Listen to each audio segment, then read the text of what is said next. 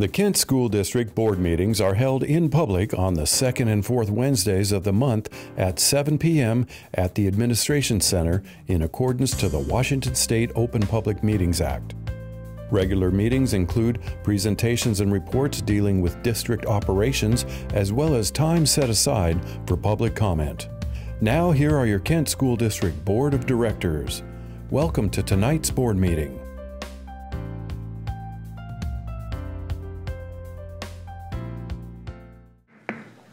So good evening. I would like to welcome you to our board meeting this evening. We're happy to have you here. We're going to start with the Pledge of Allegiance. And Agda, could you lead us in that, please?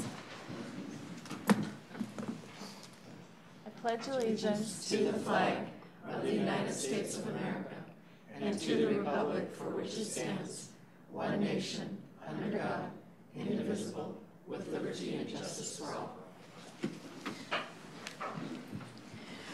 So thank you, and again, welcome. It's nice to see you here. This is a meeting of the board conducted in public to comply with the Open Public Meeting Act. If you would like to speak to the board tonight, there are blue cards at the back underneath the strategic goals. You will have 3 minutes to address the board. If you're speaking to an agenda item, please bring it up prior to that agenda item so I can make sure that you're recognized at that time. Otherwise, we'll have general public comment a little bit later on in our meeting. Dr. Apostle, any changes to tonight's agenda? President Strauss, members of the board and audience, there are no changes to the agenda. Excellent. Then we will start right up with presentations tonight. I can say I'm very excited about this one. So Dr. Del Giudice.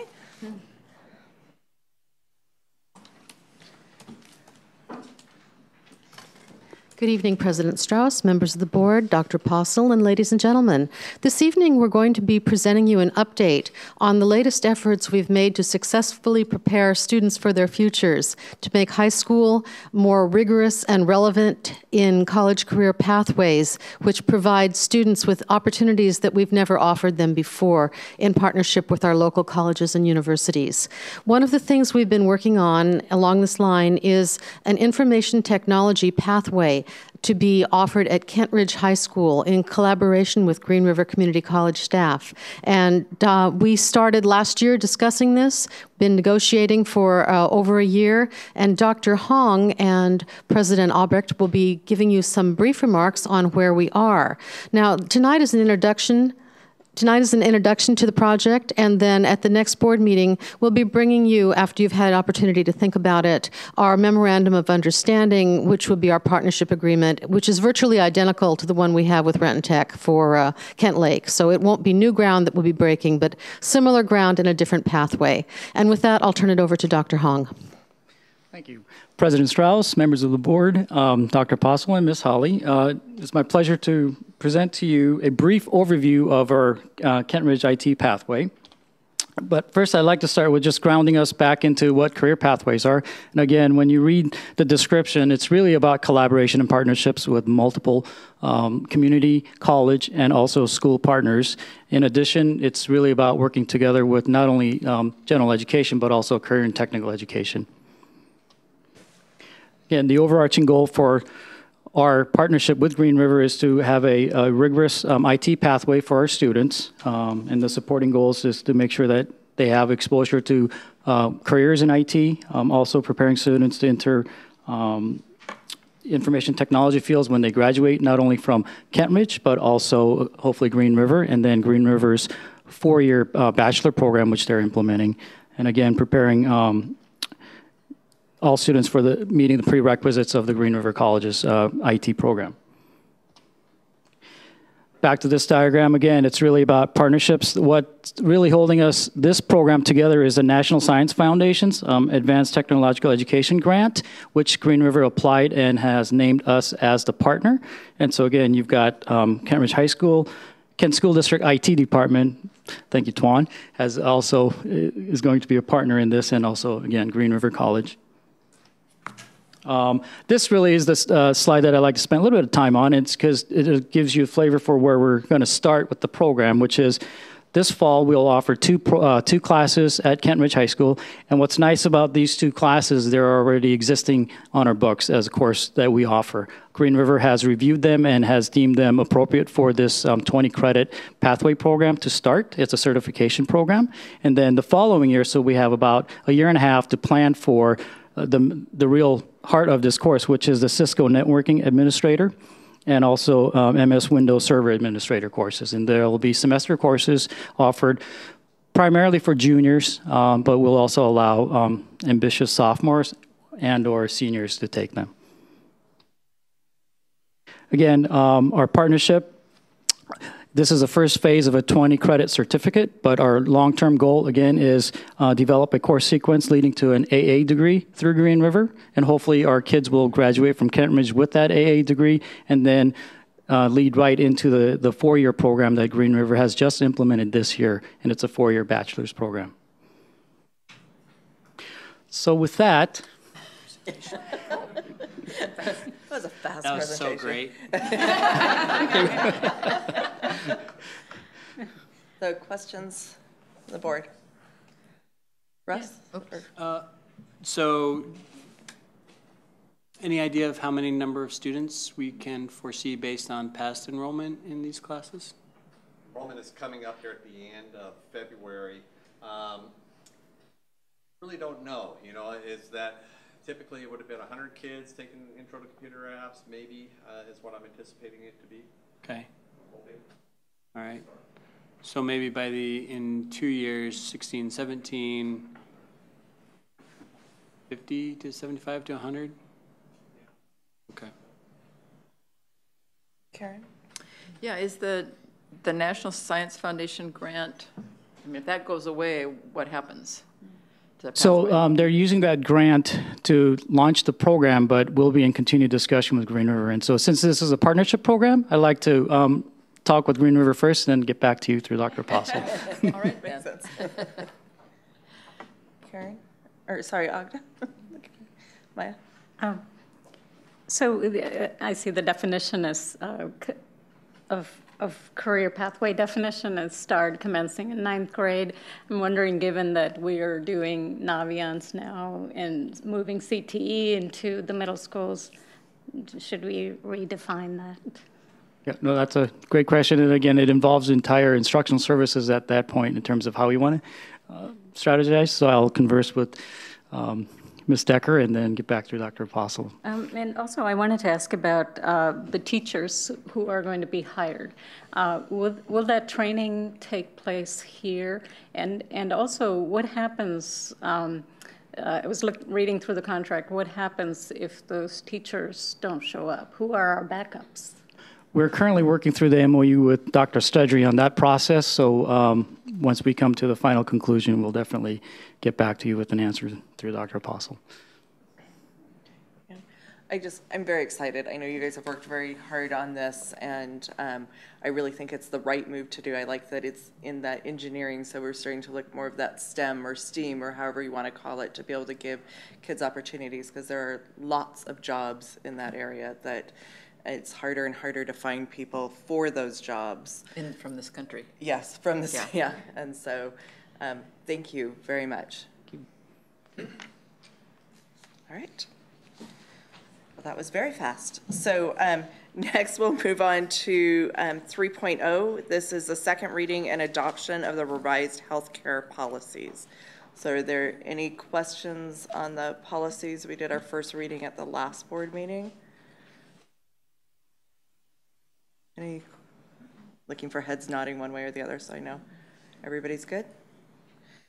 Okay, so I believe we actually have that in our consent agenda, so it does not look like we have it here to actually approve here. Okay, so thank you. Wait a minute. Wait, does it say discussion and approval? Well, it says discussion and approval, but I don't have it that we're actually motioning here, so let's go ahead and motion here. Okay. Okay, we're going to motion here. So I'm looking for a motion to approve the revised health care policies as listed. So moved. Thank you. Is there a second? Go for it, Russ. No, it's okay. I'll second it. Thank you. Is there any further discussion or discussion on the motion? So hearing none, I'll call for the vote. All those in favor of the motion, please say aye. Aye. Any opposed? Thank you. Motion passes. So now we'll move on to consent agenda. So are there any items on tonight's consent agenda that anyone would like to pull for discussion?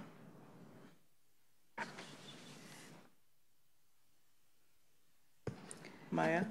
Yes. Which one? 4.04 4.04, okay. and 4.06. 4.06, thank you. Any others? Okay, so I'm looking for a motion to approve the consent agenda less 4.04 and 4.06. So moved. Is there a second? I'll second that. Okay, all those in favor of the motion, please say aye. Aye. Any opposed? Thank you, motion passes. Maya, 4.04. I wanted to ask about, I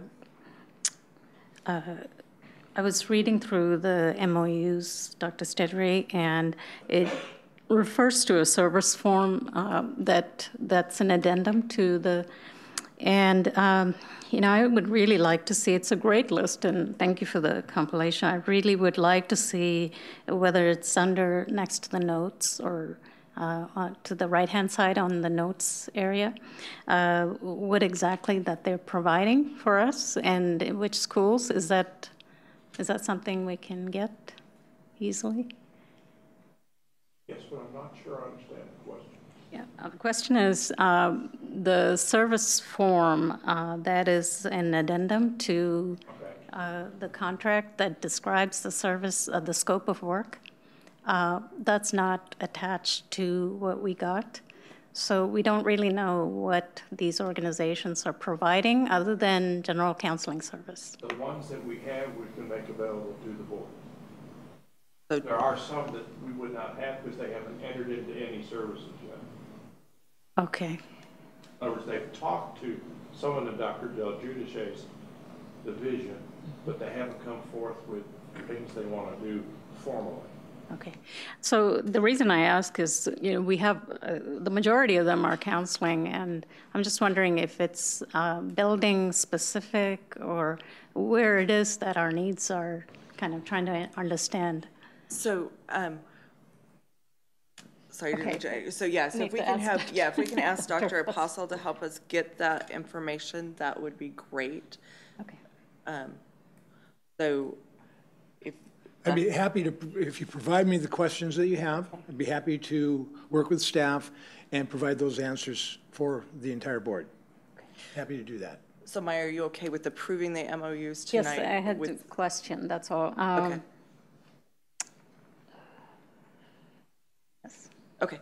All right. And you also had a question on 4.06? Just wanted to, not a question, well, actually, yes. I did want to ask if we can start moving the work removals. I mean, these are, I think Karen brought this up before, but these are monies that have already been spent, and it's asking for our approval after the fact for the gift authorization. So, I mean, Should it be under discussion rather than consent agenda for approval? So the question is that since some of them have already happened, and so it feels like we're approving something that... I think all of them have happened, right? Yeah. That report? So is it just more of a question of should it be an approval of that, or just more of a discussion for I information? think there are several of those sections we get that it's asking for our approval, like our student improvement plan. Can we maybe discuss that, whether it should go into board discussion or consent agenda? Because I don't feel comfortable approving something that's already been done. It doesn't make sense. And I think we may have to go back and look at policy, because I do think we have a policy that says over a certain dollar amount, the board has to approve it. And I don't recall if we changed that. I don't think so. But I do see what you're saying as far as on timeliness, that we're approving things that have already happened. Right. So, Dr. Sedri? The board policy got changed when we did this to say that any gift that's given has to be approved and accepted by this board. The legal thinking behind that was they can't use the money until you approve it. What I need to do is do a little survey and see where we are and what's happening. Yeah, But the way the policy is written, there's two reasons we changed the policy. One is if you're going to use this deduction as an IRS gift for income tax purposes, then that needs to come from this governing body and not a principal. Only you have that authority. So that's one thing. Two is we wanted to know what was really coming through the schools. As far as your question about is it already spent when you get it, that I don't know, and I'll have to do some checking. Based on what it says here, it is. It's already been Why spent. don't we just call it accept? We accept these gifts. Yeah, look, we did this. Yes, that would be appropriate. Okay, would that take a change of policy to say that we accept it? No, it would not. Okay. But it's a valid question. I think it's healthy for us to do a double check here so we can make that modification.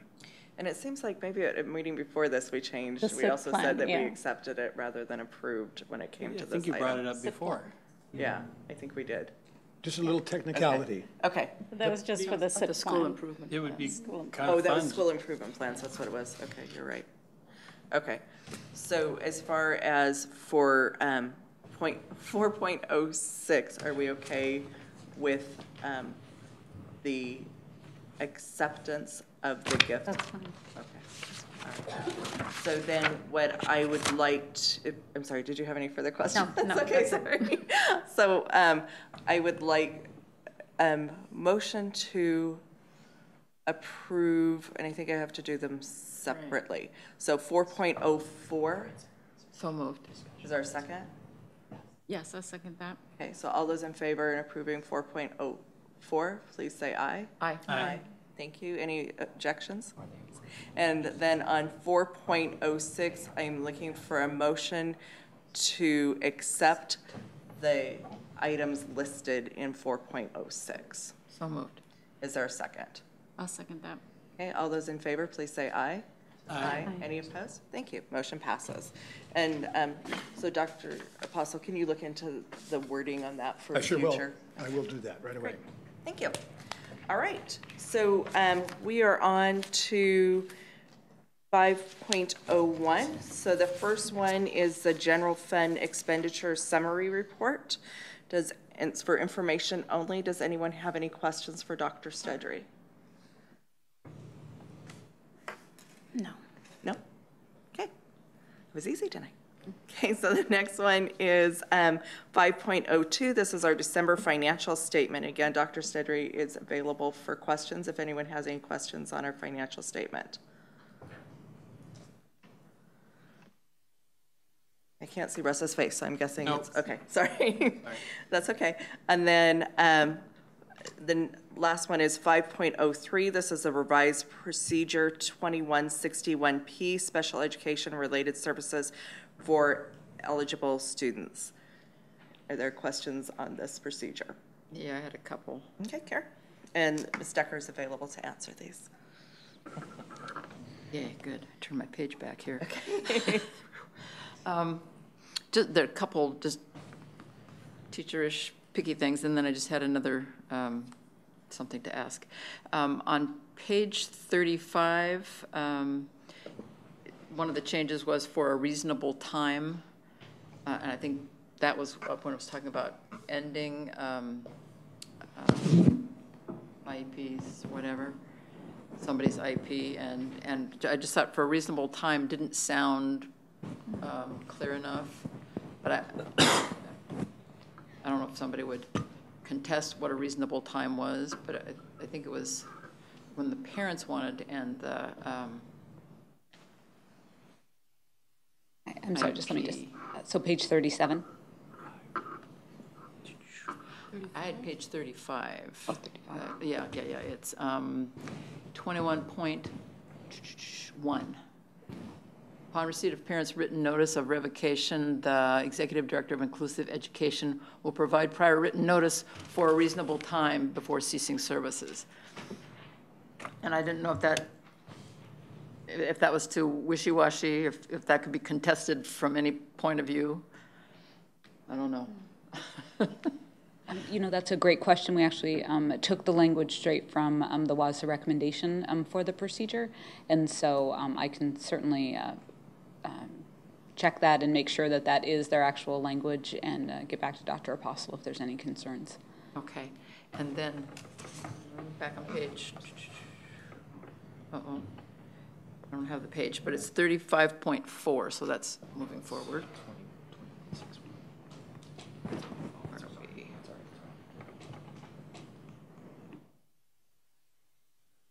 Uh-oh.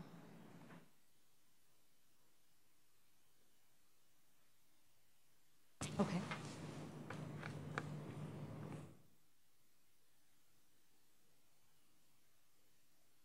Page 45? Oh. Or 46? No, it wasn't 35.4. 47. Oh, hang on. Oh. Me out here. Half-time. Oh, 35.4. Oh, I know, it was alternate, and this wasn't a change, but it says the alternative settings are available for those students who need to be removed from their assigned setting because of behavior issues. What interim alternative settings do we have? I mean, is that going to be just sort of figuring out situation by situation?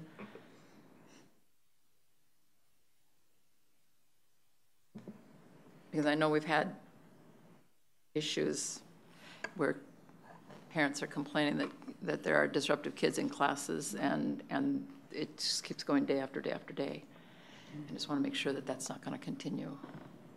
But I know that if it's IEP, if their behavior is part of the IEP, then it's different than if it's separate. So Karen, are you really Yeah, I'm wanting more just- to Dr. Apostle yeah. to come back with, because it's not part of this procedure itself, but to Right. make sure that we have the means behind the Yeah. procedure to cover those situations. Karen, we'll specify that in clearer terms Okay. at a future date. Okay, good.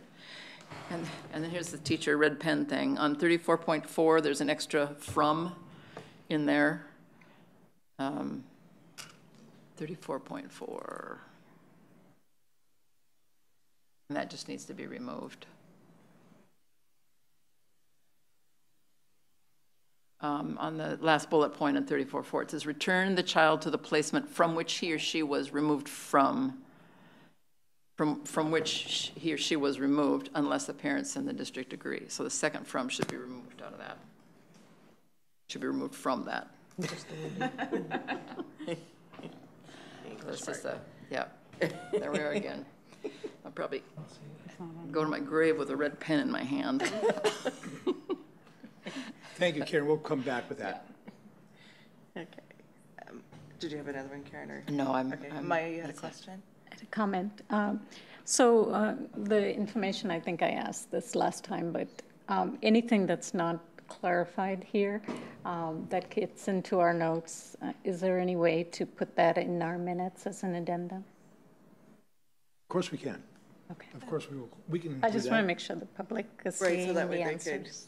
that's a great Or idea. hearing. So that way if somebody came back and read That's the minutes. it's an easy accommodation. Okay, thank you. Good idea. Thank you. Okay, so anything else on this policy that anyone had a question on? Excellent. All right, thank you very much. Oh, sorry. Not about that, and I apologize. On the medications in school, as a teacher, I was always conflicted as to whether kids should have cough drops, and I don't know whether that's considered medication in school if it's over-the-counter cough drops and the parents send them to school. Do I let the kids have those cough drops or not? And so I didn't see anything in there that covered something that simple. So. Okay. Okay. That'd be nice from a parent standpoint. All right, great. Thank you. Thank you. So next is communication from the audience. And I have not received any cards, so I'm just making sure that I have not missed anything. Okay. So we will move to the superintendent's report. Dr. Apostle. Sure. Really proud. The Washington State Legislature recently recognized Martin Sortune Elementary School for its integration of science, technology, engineering, and math, STEM, into education programs by awarding the school a $20,000 grant. Martin Sortune and Federal Ways Sahali Middle School were one of 6 recipients statewide, and the only ones in King County. How a big shout out.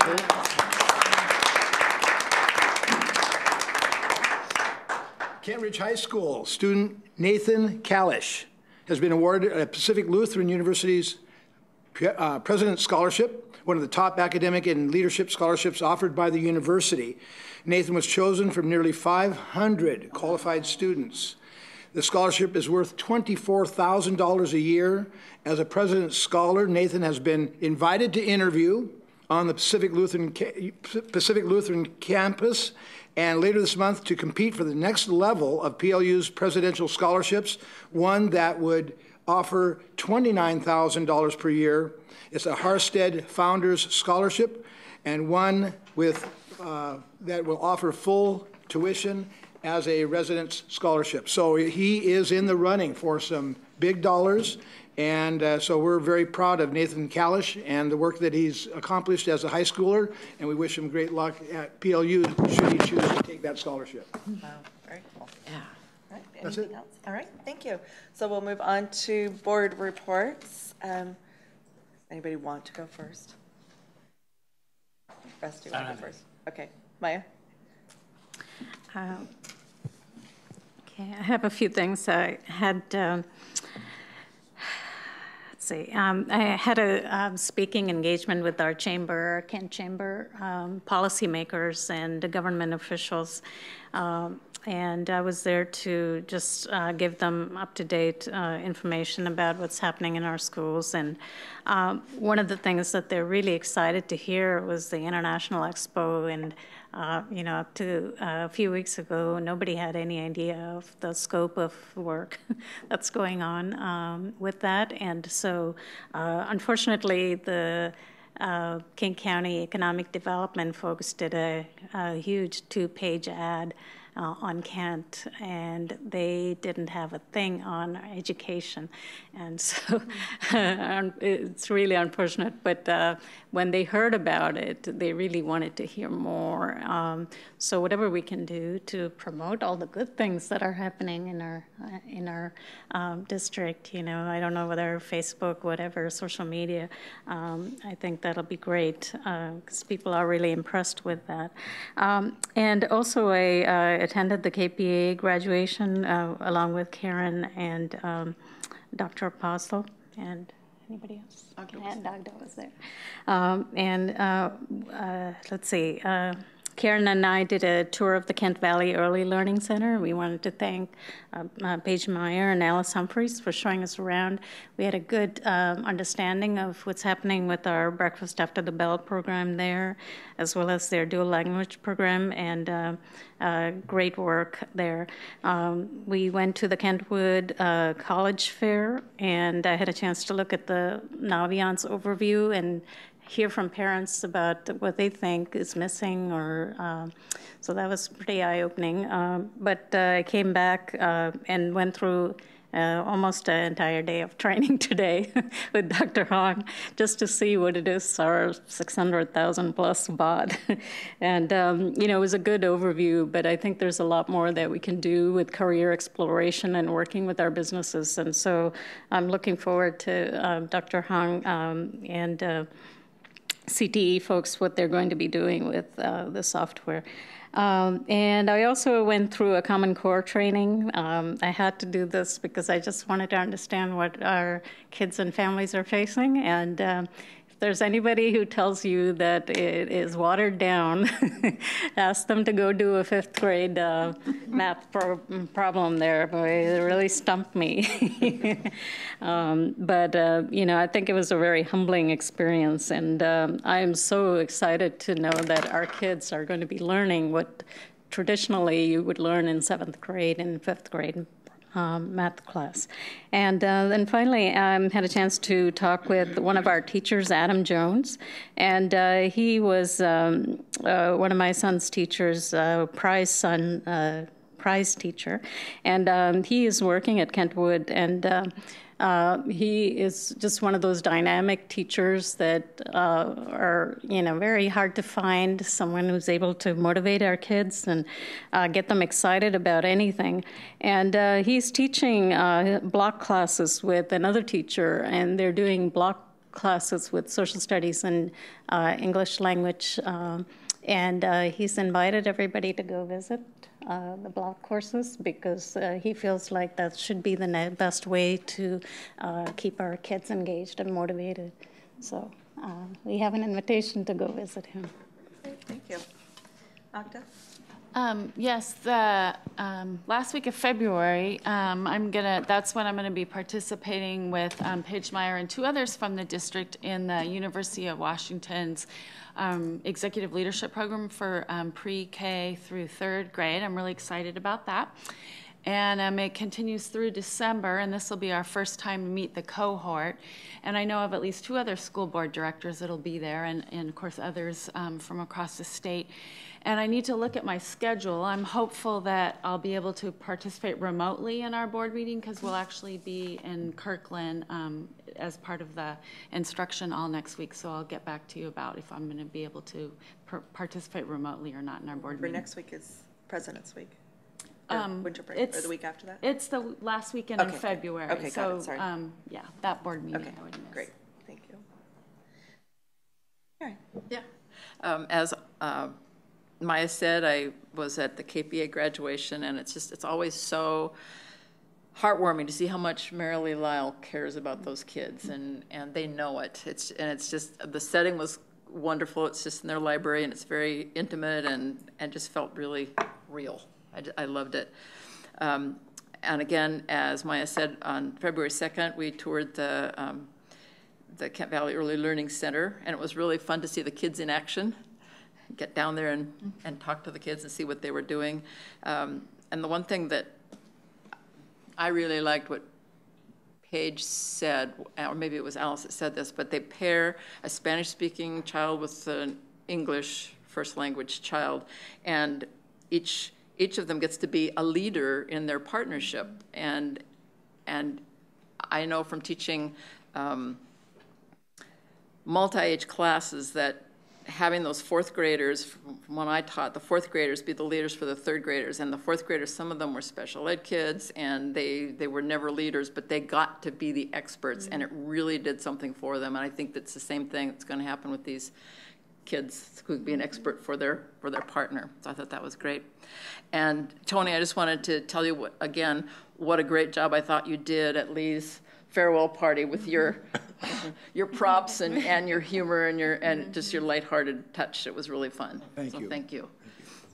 And today I was at the Roadmap Project results meeting, and we were given data on lots of things. We're doing things well. There's some things that still need work, and those things are they've got the 2020 target percentages that they want to hit, and as of 2014, we're not hitting the performance for the 3rd grade reading proficiency. The target was 75%, and we're at about 68. Now that's the whole region, that's not us. And so a lot of us were asking, can you break it down by school districts so we can see where we are? And so I think they'll be doing that for us. Another one is high school graduation. And that, and I lost the stats here, but I think we're probably doing better on that than, a lot better than the region. And the other thing was college enrollment directly after high school, and the target was 68%, and the actual number is 62%.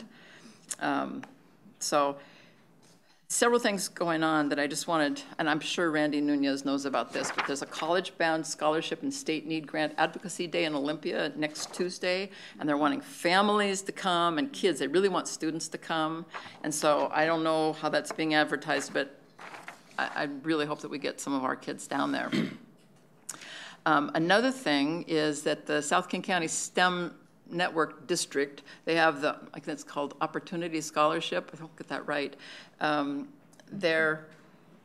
They by district, the number of kids who have applied for the scholarship and the number of scholarship applications that are still out there. And we have 4 kids who have applied and 30 kids whose scholarships applications are still pending. And I gave them my card and I said, I want to know, can we find out who these kids are and can we go after them to make sure that they get those scholarship applications turned in? So I'll find out about that, I guess, soon. But the date is March 2nd. The deadline is March 2nd, so we don't have a whole lot of time. But I love going to the Roadmap Project meetings. You meet a lot of really great people and got some ideas and some more things I'll talk to other people about. But that's that. Exciting, great, thank you. So just a couple of quick things. One, I did want to give a thank you to all those that participated in Dr. Vargas's opportunity for us to say farewell. I know that he did appreciate it, so thank you for helping make that a reality. And then I also wanted to share with the board, WASDA sent some information about ESEA and their position. So I wanted to give you a chance to read over the information. There's some asks that they have as far as helping and let you know a little bit more about what WASDA's position is. And then after you look at it, if it's something that I know at some point I think it was last year or maybe the year before, we did a resolution in regards to ESEA, and we may want to do that again. And so, but I wanted to give you an opportunity to look at that and then let me know if you're interested, and we'll make sure that that happens. And then I also wanted to just give everyone here an update on the superintendent search, because I know that's something that is high on people's minds. So you'll notice that the website is now updated with the next information. So on February 24th is when the applications close. On the 5th, the board will meet with the search consultant to start narrowing down who we want to interview. The board will do interviews on the 14th. On the 15th, we will announce, I think the 15th is a Sunday, so it'll probably be the Monday. Might get it out on the Sunday, we're pretty good. But who the actual finalists will be. On the 18th, there will be public forums, both at, see if I get the times right, 10 to noon and 6:30 to 8:30, where all the finalists, so they'll be somewhere between 2 and 3, will actually be in this room for community forums where everyone can come and ask questions. There'll also be other meetings that the search consultants are working with that day as well. And our hope is then that at our following board meeting, which I believe, I don't have it on this page, I think it's the 25th of March, is when we would actually be able to give the final of who the incoming superintendent. So things are moving. In our meeting or discussion with the search firm, they did indicate that we are getting good applicants in. So they said, it was kind of interesting, they said the best ones will come in as it gets closer to the deadline, because those are the people who are really kind of saying, they're in good places and they want to really grow. So we're looking forward to seeing what our pool will be on that. And so I did that. I did want to thank Ms. Howley for being here tonight and helping us out. So appreciate you filling out. And other than that, I just wanted to say, have a nice President's Week, or winter break, or whatever we're calling it now. Please take the time to rejuvenate and enjoy your families, because we still have a lot of work to do. So with that, we are adjourned. Thank you all for attending tonight.